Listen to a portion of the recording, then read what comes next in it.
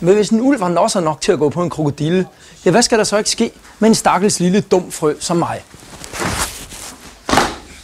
En ting er sikkert. Jeg tør i hvert fald ikke tage til ikast, uden at have gennemgået bare et grundlæggende kursus i selvforsvar. Derfor er jeg tager ned i Shindokan-Gujo-klubben i Sudoji-templet på Vesterbro, hvor jeg skal have undervisning i at begå mig af en vaskeægte sensei. Man kan udnytte de ressourcer, en frø er besiddelse af. Det vil sige, at den har en evne til at hoppe højt, hoppe til siden og ændre retning meget, meget hurtigt. Jeg skal ikke bare tage dit sorte bælte og tæve den med den. Nej, det får du sådan set ikke så meget ud af.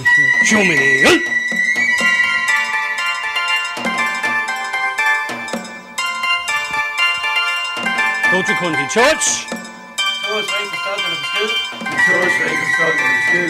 Tås fortsæt din træning med tålmodighed. Tås fortsæt din træning med tålmodighed. Send til Ray.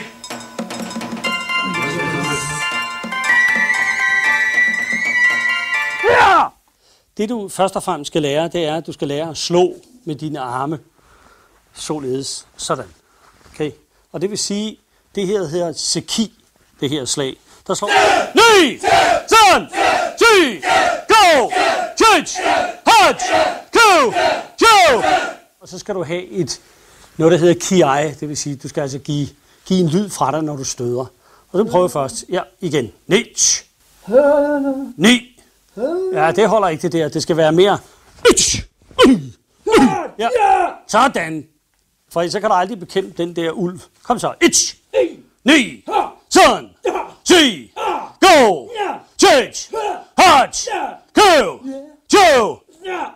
Jamen, det du så skal lære, det er, at du skal lære at lave et spark. Og det er et spark, der hedder maigiri. Og vi er klar igen. 9, sådan, 10, go, 10, hot, go, jo. Jamen, og så ud og stå igen, sådan her med lidt bukket ben. Jamen, det går ganske fortrinligt. Det er ved en frø, det vil være et udmærket spark for en frø. Særligt mod en ulv. 1, og så angreb. Nu! Og så en til. 9! Den frø er simpelthen et talent. Det betyder, at så kan vi stå og vippe frem og tilbage her. Så, på sådan en frødativ her. Til det, så. Og så op med paraden, sådan. Så. Og så støder vi. Kom. 1, 9, så, 10, go, look, 10, hot. Husk, det er en ulv, du er op mod. Og du har gennemgået din uddannelse med spark, slag osv. osv. Og det skal vi se praktiseret nu. Er du klar? Husk! Er du klar? Hej! Hej! Kom så, ja. Det er det. Som I kan se, så er han altså virkelig klar. Han skal nok klare det. Jeg vil nødt være den ulv.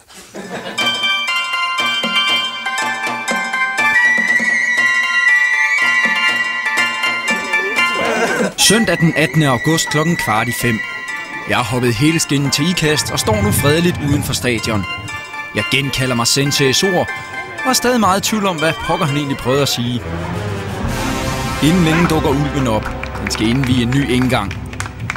Jeg beslutter mig for at angribe.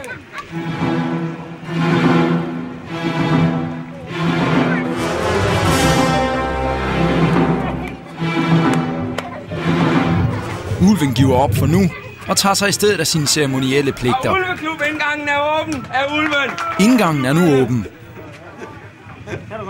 Jeg følger forsigtigt efter. Efter langvarige brydegreb er vi efterhånden klar til en endelig duel inde på banen.